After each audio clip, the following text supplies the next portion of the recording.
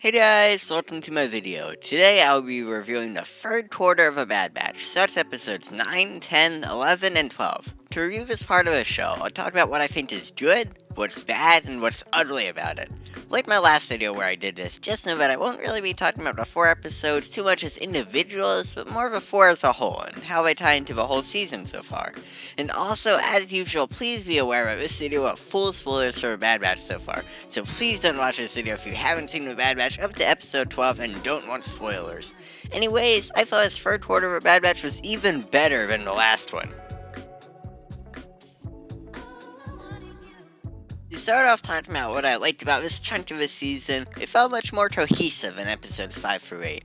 A lot of those episodes are missions for Sid that didn't really add all that much to the show. They did some character development, but it didn't do much to the story overall, so it's nice to have a much more packed part of the season here.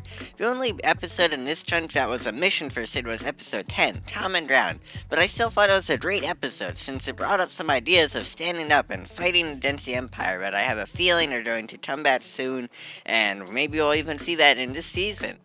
Now, something I've criticized in my first 2 Bad Batch reviews is how Clone Force 99 protecting Omega is a little too close to Mando protecting Baby Yoda.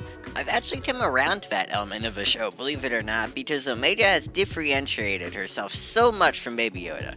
Admittedly, as great as Baby Yoda is, he doesn't really do all that much. He has some great moments, like when he saved Mando from a Mudhorn or first sealed Reef Cargo, but those are far and few between. Omega, however, does a lot and is a helpful member for Bad Batch. Just in this last episode, she was the reason why the Bad Batch helped save Hera's family. And I really liked how a Bad Batch has some form of arcs, like the Clone Wars did. It's not the exact same, but it is definitely very similar. Just these past 2 episodes, 11 and 12, were sorta a Ryloth arc that I really enjoyed.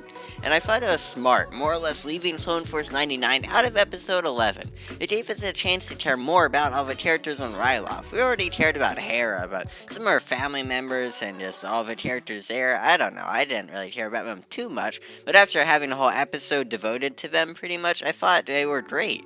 And that set up states for episode 12. And I also thought leaving out the Bad Batch created a great introduction to Howzer, who's one of my favorite clones now already. It's nice seeing other clones in the show besides Clone Force 99 because I'll admit when I first watched this show I thought we'd see all kinds of clones like Commander Cody and just everyone really, but we've only seen Captain Rex and Clone Force 99 as name clones, so it's nice to have a brand new character with Howzer.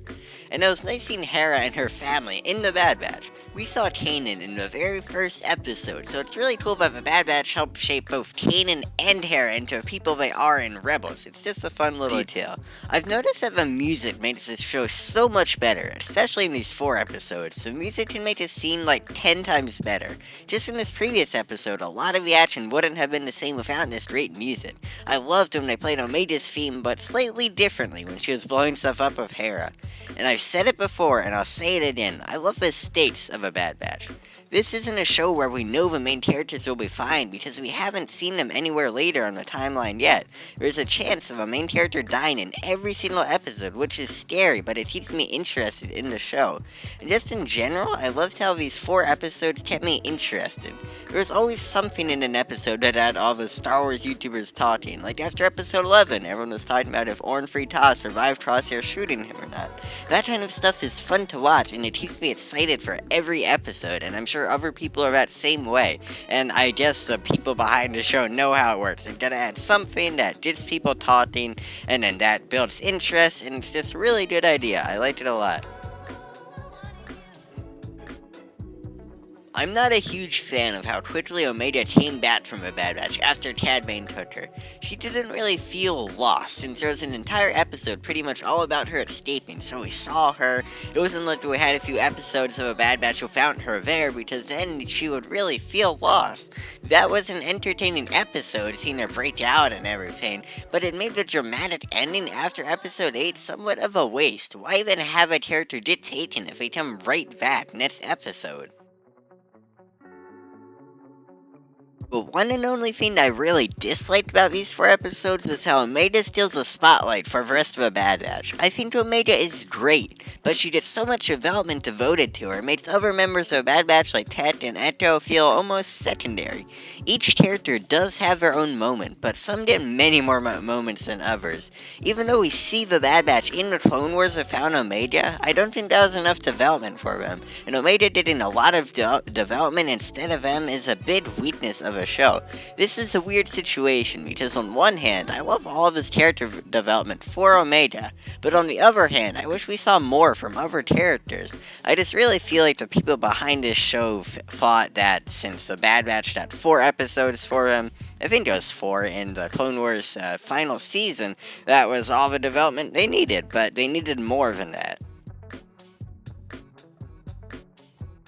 Anyways, that's all I have to say about the third quarter of a Bad Batch. I love how there isn't any trailer footage that shows any later episodes, at least I don't think there is, so that means we're going into the last 4 episodes of the season in the dark. Anything can happen. To rank these 4 episodes, I liked episode 10 the least, then episode 9, then episode 11, and I liked episode 12 the best. As you can see by my rankings pretty much, this show keeps getting better and better. I'm sad that this show only has 4 more episodes left because I look forward to it every week, but I'm so excited to see what happens in these next 4 episodes. I rate episodes 9 through 12 of a Bad Batch a 9 out of 10. So, thanks for watching, guys. Please like and subscribe if you enjoyed this video because it would really mean a lot. Make sure to tell me if there are any movies or shows you'd like to see me review next, and I will see you in the next video.